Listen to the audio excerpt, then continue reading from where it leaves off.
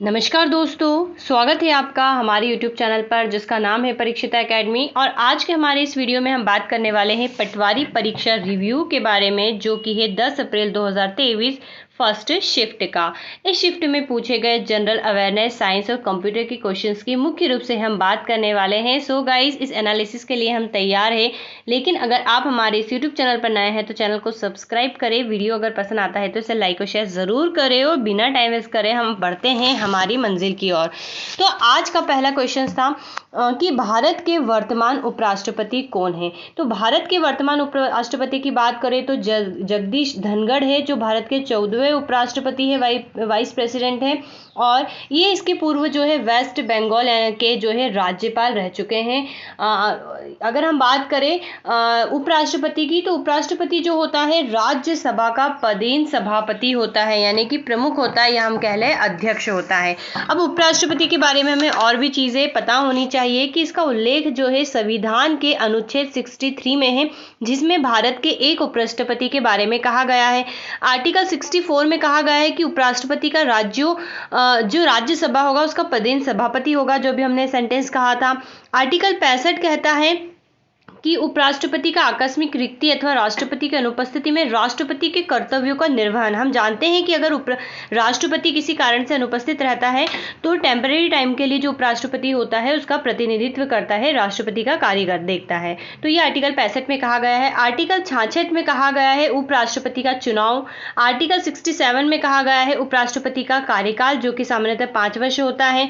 और आर्टिकल 68 में कहा गया है उपराष्ट्रपति कार्यालय की रिक्ति की पूर्ति के लिए चुनाव का समय निर्धारण तथा आकस्मिक रिक्ति को पूर्ति के लिए चुने गए व्यक्ति का कार्यकाल। आर्टिकल 69 कहता है उपराष्ट्रपति की शपथ ग्रहण। ठीक है, तो इतनी चीजें जो होती है ये इंपॉर्टेंट होती है राष्ट्रपति उपराष्ट्रपति से जुड़ी हुई। तो चलिए, हमने उपराष्ट्रपति की सारी बातें कर ली, आगे बढ़ते हैं प्रश्न में।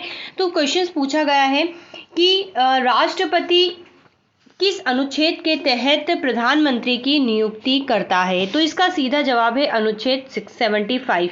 तो अनुच्छेद 75 हमारे भारतीय संविधान का कहता है कि राष्ट्रपति प्रधानमंत्री की नियुक्ति करेगा। हालांकि राष्ट्रपति किसी भी व्यक्ति को प्रधानमंत्री नियुक्त नहीं करता है, बल्कि जो बहुमत प्राप्त दल का प्रमुख होता है, जिसे कि उस जो वहाँ की पार्टी चुनती है, उसे ही जो नाम प्रपोज किया जाता है उसे ही जो है प्रधानमंत्री के लिए चुनता है। तो ये चीज़ें जो है यहाँ पर इम्पॉर्टेंट है। तो आर्टिकल 75 जो है याद रखिएगा।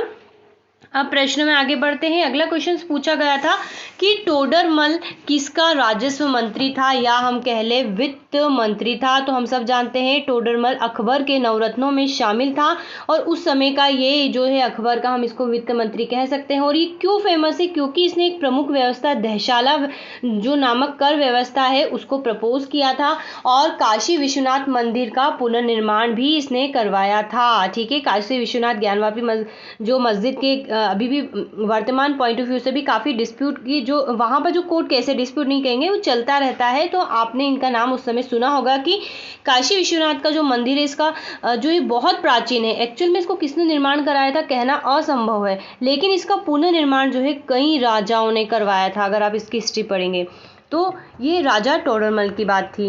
अब हम आगे बढ़ते हैं क्वेश्चंस की तरफ। क्वेश्चन है कि भारत में सर्वाधिक वन क्षेत्र किस राज्य का है।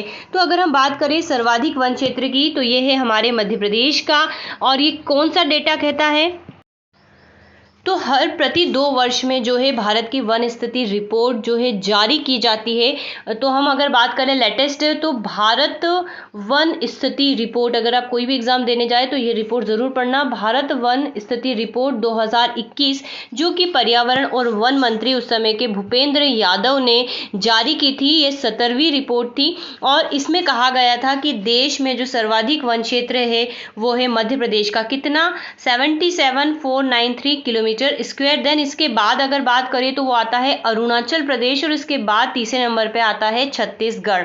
और सबसे कम वन क्षेत्र की बात करें तो सबसे कम वन क्षेत्र है हरियाणा का, उसके बाद है पंजाब का, और फिर है गोवा का। ये याद रखिएगा। अब वनावरण में वृद्धि दिखाने वाले जो शीर्ष राज्य है, कई कैटेगरीज होती है, तो उसमें आता है आंध्र प्रदेश।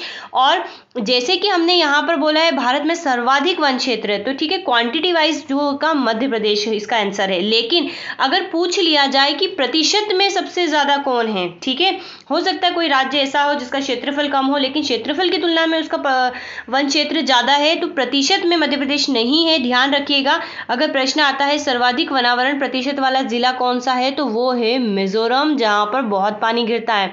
तो सिंपल सी बात है, वृक्ष भी ज्यादा ही होंगे। कितना परसेंटेज?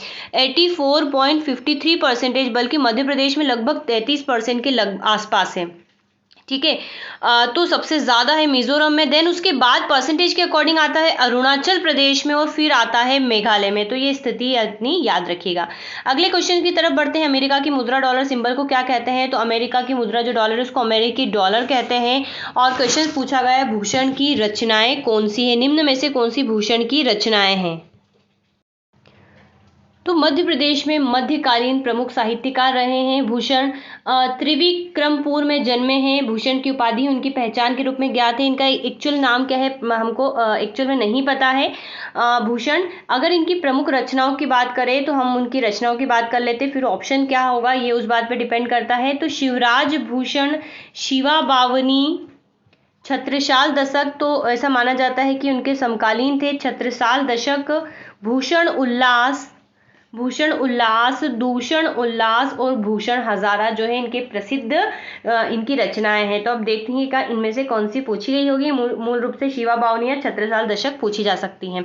अगले क्वेश्चंस की तरफ हम अगर बढ़े तो संस्कृत में छंद रही सबसे अधिक रचनाएं, संस्कृत में छंदों से युक्त सबसे अधिक रचनाएं एक्चुअल में किसने लिखी है? तो इसका जवाब फिलहाल हमें नहीं मिल पाया। कुछ लोग बोलते हैं शायद इसका जवाब कालिदास होगा, लेकिन ये अब एक्यूरेट क्वेश्चंस का जवाब का हमको इंतजार करना होगा।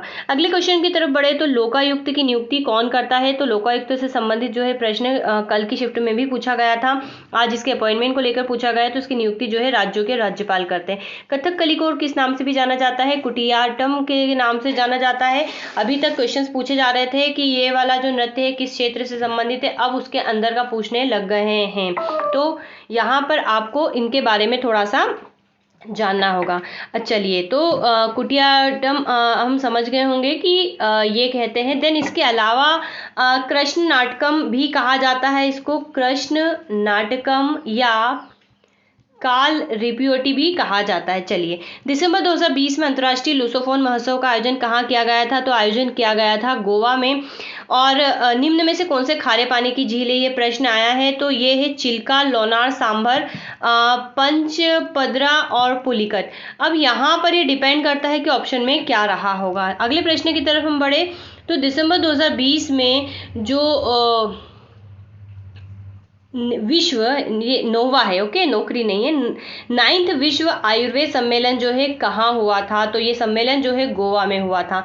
तैमूर के शासन से संबंधित एक प्रश्न पूछा गया था, नहीं पता कि एक्यूरेट क्वेश्चन क्या था, लेकिन अगर तैमूर की बात करें तो उसका जो शासन है 8 अप्रैल 1336 से 18 फरवरी 1405 तक रहा था। और इसने भारत में 1398 में जो है आक्रमण किया था।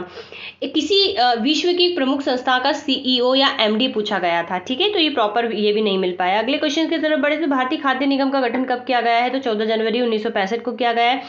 2021 में स्थापना से संबंधित एक प्रश्न पूछा गया था और जनवरी की योजना से संबंधित कोई 2 क्वेश्चन आए थे। कौन सी थी? क्वेश्चंस हमको फिलहाल नहीं मिल पाए।